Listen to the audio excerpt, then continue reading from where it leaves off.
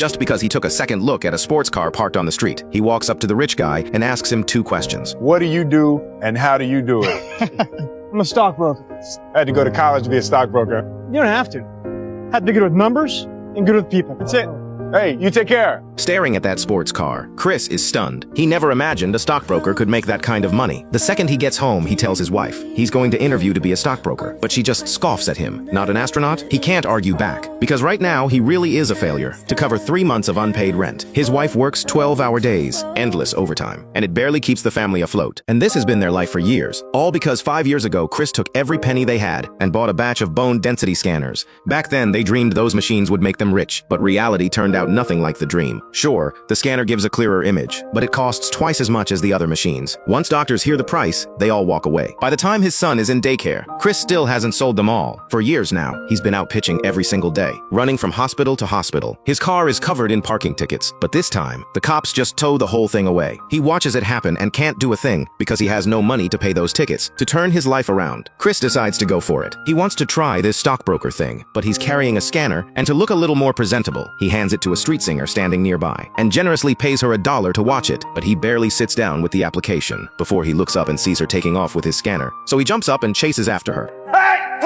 Hey, don't move! He sprints all the way to the subway station, but she still gets away. The train doesn't stop for anybody. Chris didn't sell a single scanner today. He lost one instead. That's a whole month of living expenses gone. All he has to show for today is a blank application. Every 6 months, 20 interns competed for one job. The application had 3 extra lines for higher education. Chris couldn't fill in a single one. The odds are slim, but Chris won't pass up any shot. He goes to the brokerage firm anyway and hands that thin little application straight to the head of HR, just to make a good impression. I'd really love the opportunity to sit and discuss what may seem like weaknesses on my application. Okay, well, we'll start with this, Chris, and we'll call you if we want to sit down. Watching everyone hustling inside, Chris feels like they live in a whole different world, and he doesn't belong in it at all. He heads back out to keep pitching his scanners, and then he spots a familiar face. He books it down the street with his scanner, follows her onto a bus, and gets his machine back. So once again, Chris doesn't sell a scanner today. He just has one more of them. He drags himself home carrying 2 scanners. His wife sees the extra machine and sees years of misery with no end in sight. That's the moment she decides she's getting out. Chris doesn't notice anything's wrong. He's actually proud, bragging that he rescued one of the machines today. What? Whatever, Chris. The hell you got an attitude about? Whatever what? Every day's got some damn story. We're gonna come out of this. Everything is gonna be fine, all right? You said that before. When I got pregnant, it'll be fine. So you don't trust me now? Whatever. I don't care. Chris tries to fix things, but she's done caring. Because the way she sees it, Chris is a failure. That night, Chris watches TV alone. They're talking about a math professor who solved a Rubik's Cube in 30 minutes. It's a huge craze at the time. Chris has a cube too. Maybe it's the head for numbers he's had since he was a kid, but the first time he touches it, he figures out the pattern. He's always one step away from solving it, and he has no idea that little cube is about to change his life. Chris waits outside the manager's building and finally catches him heading out. He stops him and starts selling himself hard, but the guy's rushing to a cab and isn't interested. Mr. Twistle, actually, I'm on my way to Noe Valley also. How about we share a ride? All right, get in. Chris shamelessly climbs into the cab with him and keeps talking himself up. The manager acts like he isn't even there, completely focused on the cube in his hands. Sorry, I'm sorry. This thing's impossible. I can do it. No, you can't. No one can. It's bullshit. No, I'm pretty sure I can do it. No, you can't. Let me see it. Give it here. Chris insists he can solve it and starts explaining exactly how it works. Even the driver up front gets pulled in, messing with his own cube. You can slow down. Oh, listen, we can drive around all day, because I don't believe you can do this. Yeah, I can. No, you can't. Chris talks like he invented the thing, explaining with total confidence, while his hands keep moving. The manager's look goes from dismissive to dead serious, because in the blink of an eye, Chris has finished an entire side. As the other colors come together, the manager starts seeing him in a whole new light. Minutes tick by. They've reached his stop, and he doesn't even notice, because all his attention is on Chris. Even the driver doesn't dare rush them. You're almost there.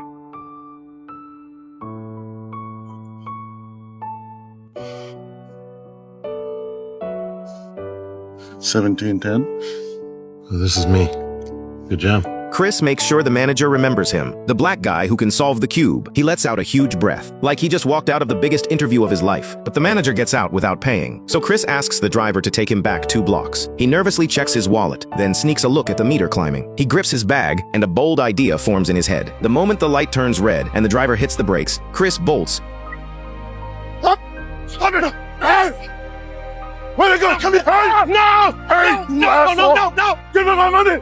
He runs off so fast, he forgets the scanner in the front seat, so he doubles back to grab it. Chris runs like a bull. The cab driver can't lay a hand on him. He sprints all the way to the subway, swings those long legs over the turnstile, and slips onto the train at the last second. The scanner isn't so lucky.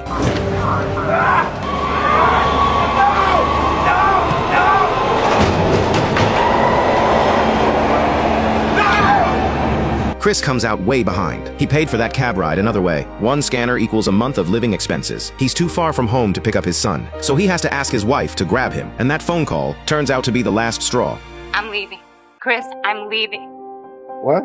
Did you hear what I said? I have my things together, and I'm taking our son, and we're going to leave now. She doesn't give him a chance to explain. She just hangs up. On the bus, Chris starts doubting everything. Why is it that the harder he tries, the further happiness gets? What's the point of any of this? That maybe happiness is something that we can only pursue, and maybe we can actually never have it. When Chris runs home, his wife has already left with their son. The closet is completely empty. The Magic Johnson poster on the wall hits him like a punch to the gut because his son dreams of playing in the NBA, and he feels like he's failed as a dad. Then the phone rings. Chris thinks it's his wife, but it's the manager, telling him to come in for an interview in 2 days. He tells him to write down the secretary's number so she can give him the details, but there's no pen in the house. So Chris pretends he's writing and keeps repeating out loud a 14-digit phone number plus a 4-digit extension. Then he runs to a store and writes down the numbers that could change his life. Luck favors the prepared. Chris thinks fast, and that's how he grabs this shot. The next day, he runs into his wife on the street, and they immediately get into a huge fight. Take my son away from me again. Do you understand what I'm saying to you? Don't you walk away from me when I'm talking to you. Do you hear me? Do you want to leave? Yeah. You want to leave? Yes, I want to leave. Get the hell out of here, then, Linda. Get the hell out of here. Christopher's staying with me. You're the one that dragged us down to this. You hear me? You are so weak. No, I am not happy anymore. I'm just not happy. Then go get happy, Linda. Just go get happy. But Christopher's living with me. Did you hear what I said? Christopher's living with me. That afternoon, Chris beats her to the daycare and quietly takes his son, because that boy is everything he has left. That night, the landlord comes for the rent. He says he's repainting and wants them out, so Chris offers to paint the place for free and gets 1 more week out of him. He's up early painting the wall and writes a joke at his own expense. Chris, you suck. Then there's another knock at the door, and it's the police. His car may be gone, but he can't leave the station tonight until every ticket is paid. He writes a check, but the bank is already closed. They can't verify it until morning. Problem is, his interview is in the morning, and his son is still at daycare, so he has to swallow his pride and beg his wife. How is he? He's fine. All right, take him to the park and bring him back. All right, just bring my son back. Okay, Linda. I'll bring him back around 6. So Chris spends the whole night in the station. He doesn't rest for a second. The moment the check clears, he takes off running. So what if he's covered in paint? He is not losing this shot. Somehow he makes it on time. But every other candidate is in a sharp suit, and he looks like a mess. Still, Chris has nerves of steel. He smiles and shakes every interviewer's hand, then gives a textbook masterclass in handling it. He jokes that he got held by traffic cops over unpaid tickets. That honest self-deprecation kills the awkwardness. But one partner looks at his resume and says a high school diploma doesn't really cut it. Just as the room gets tense again, Chris goes on the offensive. Can I say something? I'm the type of person, if you ask me a question and I don't know the answer, I'm gonna tell you that I don't know. But I bet you what, I know how to find the answer. I will find the answer.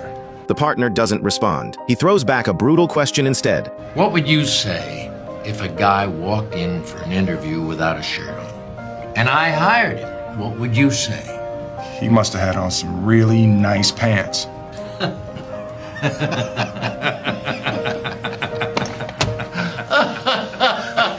Honesty always wins. His humor and sincerity turn the whole thing around. But after the interview, he finds out the next 6 months of the internship are unpaid, and he hesitates. There was no salary. Not even a reasonable promise of a job. 20 interns and only 1 gets hired, which means for the next 6 months, he has to sell all 6 remaining scanners, just to barely feed himself and his son, and bet everything he has on a 5% chance. But Chris decides to go all in. The second he gets home, he paints over those words, "Chris, you suck." And that's the sign of a brand new Chris. At 8 that night, his wife finally brings their son back. Her sister lined up a job for her in New York. It kills her to leave her son. But this time, she's dead set on getting out. When you're backed into a corner, courage shows up. Chris looks at his sleeping boy and decides to risk it all. The next day, he moves them into a motel because the rent there is half as much. That night, he takes his son out to shoot hoops. The boy says he wants to play in the NBA, and Chris tells him, like father, like son, "You'll probably be as bad at ball as I am." Just like that, he shoots down his son's dream. The boy says, "Okay," then turns around and tosses the ball away. Seeing his face fall, Chris realizes he just said the wrong thing. don't ever let somebody tell you you can't do something. Not even me, all right? All right. You got a dream, you got to protect it. People can't do something themselves. They want to tell you you can't do it. You want something, go get it, period. As soon as he says it, his eyes go red because he's saying it to himself too. And life isn't all darkness after all. Chris finally sells a scanner. He runs straight to a shop to cash the check. His son keeps staring at the snacks on the counter. Chris doesn't hesitate. He offers to buy him one. But the kid says it's okay. He doesn't need it. Come on, you got one. Which one?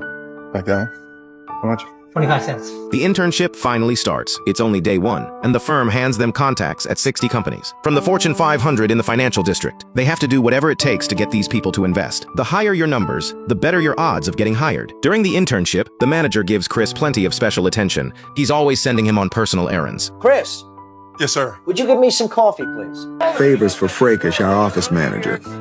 All day, feeling underrated and unappreciated. So this is his life. Chris makes 100 calls a day, then catches the 4 o'clock bus to get his son, then rides the subway across the whole city, then takes the number 22 bus home. The motel owner is always after him for rent, and Chris keeps putting him off. 2 months fly by, and Chris hasn't closed a single deal, watching everyone else grinding away. Chris gets a bold idea. He calls the CEOs of these companies directly, and one of them tells him to come on over. Chris immediately panics, because he has to be there in 20 minutes, but that annoying manager is truly annoying. Chris barely gets downstairs before the guy corners him and makes him go park his annoying car. And of course, his annoying door lock is broken. By the time Chris gets the door open, the spot across the street is taken. He hunts for another one and hits traffic. He finally finds a space and skips the meter to save a few seconds. He sprints to the CEO's office, but when he gets there, he's told the man just left. Oh, you just missed him.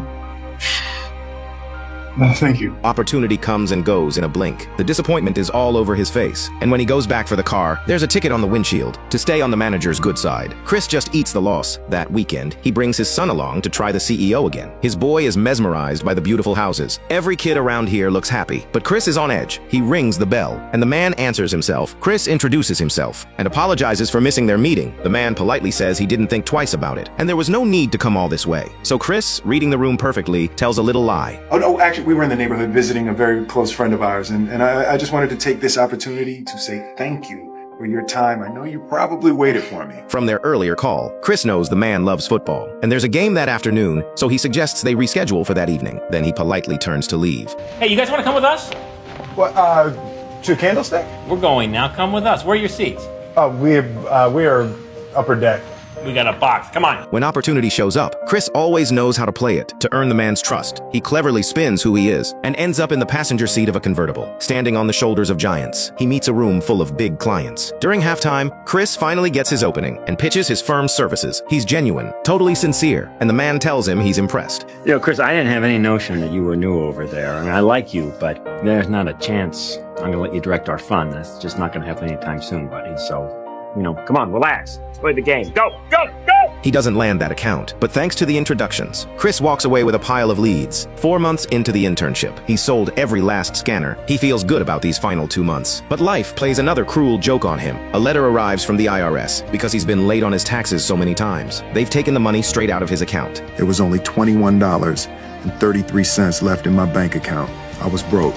That money was supposed to be rent. So when the motel owner comes around, Chris runs the same old play. I need that money now, not later. When I get it, you get it, Ralph. Now! Now it's a matter of pure survival. He's sitting on a bench zoning out when he spots that woman again, and this time, he gets the scanner back. Chris carefully cleans it up to survive. He decides to be a salesman one last time. Luckily, an older doctor agrees to buy it, but fate seems determined to mess with him. He carefully sets up the machine and realizes it's broken. I have to go now, Chris. No, just give me a second. I'm sure I'm gonna be able to figure it out. Chris, just come back when it's working. No, I have to fix it now. No. Look, I'll still be putting money into the office then. All right? Chris is right back in despair, but this time his face says he's not giving up. When they get back to the motel, they've been thrown out. All their stuff is dumped by the door. The lock is changed. Even the windows are bolted. Chris never thought he'd end up here. The guy who always thinks fast has no idea what to do. Let's go. Where? Just out of here. Why? We can't stay here tonight. Yes, we can. Open the door. Did you hear what I said? Let's go. Open the door.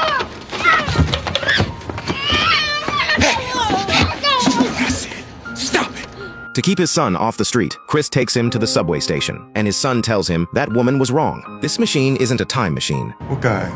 that guy. He was at the park. He said it was a time machine. His son is his guiding light, always able to spark hope in him. So he plays along and says, yes, it is a time machine. All we gotta do is push this black button right here. Wanna push it? Okay. Oh my goodness. What? Open, open, open. Whoa. What is it? Dinosaurs. Where? You don't see all these dinosaurs? Look around. Look at all these dinosaurs. We gotta find someplace safe. Like what? We need a cave. A cave? Watch your back. Look out. Here it is. Here's a cave. Come on. Chris uses his son's imagination to build him a whole make-believe world, and step by step leads him into the station bathroom. The boy really believes they're hiding from dinosaurs. Chris locks the door, lays down toilet paper, and does whatever he can to make him comfortable. When someone bangs on the door, he braces it with his foot and gently covers his son's ears, because he won't let the boy see him fail. In that moment, Chris's eyes fill with tears. He feels like a total failure, a failed husband, a failed father. The next day, he takes his son to the church shelter, hoping to grab a free bed. But this is the middle of a recession, and the line is already around the block. A flashy sports car roars past. Clearly, the rich aren't feeling any of this, just as they're about to get in. The staff tells everyone to stop lining up, because there are only 4 beds left, and right then, a man cuts in front of them. When Chris calls him out, the guy takes a swing at him. The staff breaks it up, and says they're all getting kicked out. Chris can't get a word in, until a kind older man steps up and backs him up. I got here on time. I was in line. I came from work. I got my son. I was here on time. We were here on time. You sliced in front of him in line. Who did? You did.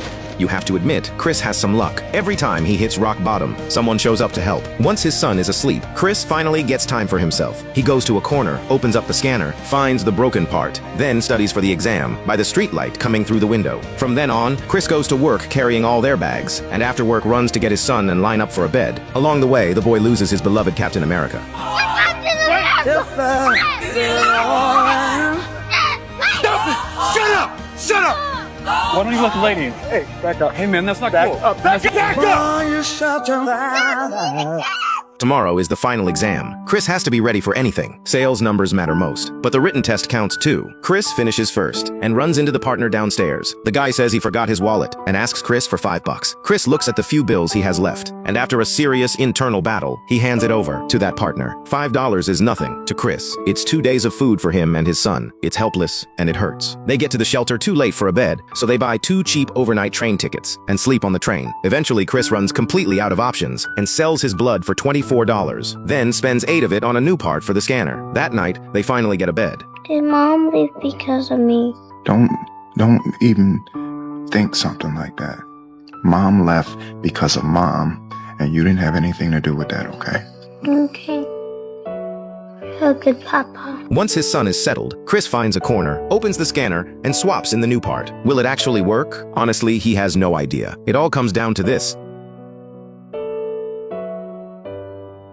It's like the first light of dawn, cutting through the dark, wrapping Chris in a warm, bright glow, lighting up his world, and the darkest corner inside him. He goes back to that kind old doctor, and the man buys the scanner, just like he promised. $250, 4 more weeks of oxygen.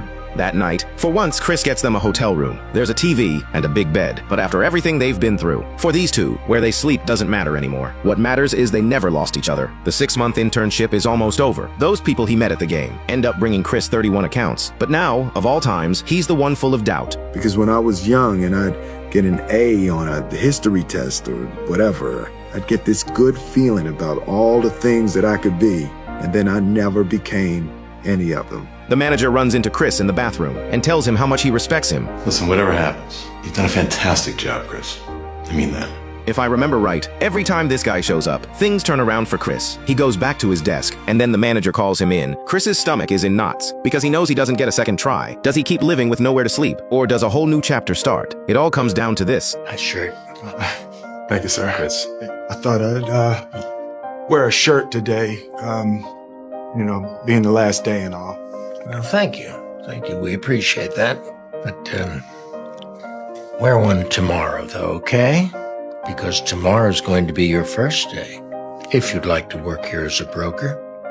Would you like that, Chris? Yes, sir. Good. We couldn't be happier. So, welcome. Was it as easy as it looked? No, sir. No, sir, it wasn't. Good luck, Chris. Thank you. Thank you. Thank you. Thank you, sir. Oh, Chris, I almost forgot.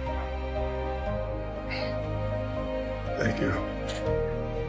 Chris walks out of that office with his head high, and there's nothing but certainty in his eyes, because he's finally found happiness. Chris made it. This moment deserves applause. He runs into the daycare and scoops up his son. His boy will never have to struggle like that again, because he really is a good dad. This is a true story. Chris started his own company in 1987, and the man walking toward him here is the real person behind the story. Chris Gardner, respect to this incredible father. And that's the end of the film. There's a great little detail at the very beginning. When Chris drops his son off at daycare, he notices happiness is misspelled on the wall. He points out it should be an I in the middle, not a Y. The letter I in happiness stands for I for love, while Ye sounds like Y. He calls out that misspelling because he's always believed happiness is something you go out and earn. It's in your own hands. If you just sit around waiting and blaming the world, happiness is never going to knock. Chris is in trouble from the very first scene. For years, he's flat broke. His wife can't take it anymore and leaves. He and his son live in motels, sleep in subway bathrooms, and lie down in shelters. Through all those bleak days, he works all day, takes care of his son at night, and studies finance on top of it, grinding until midnight. But he never gives up on the dream. He just keeps going because he believes if he can get past this, nothing can break him. When life turns its back on us, all we have left is the dream we never let go of. When we're stuck with nowhere to land in the real world, all we can do is remember what we're responsible for. Hold on to the dream and stop complaining. Our past made our present, and our present points to our future. It's the hard times that,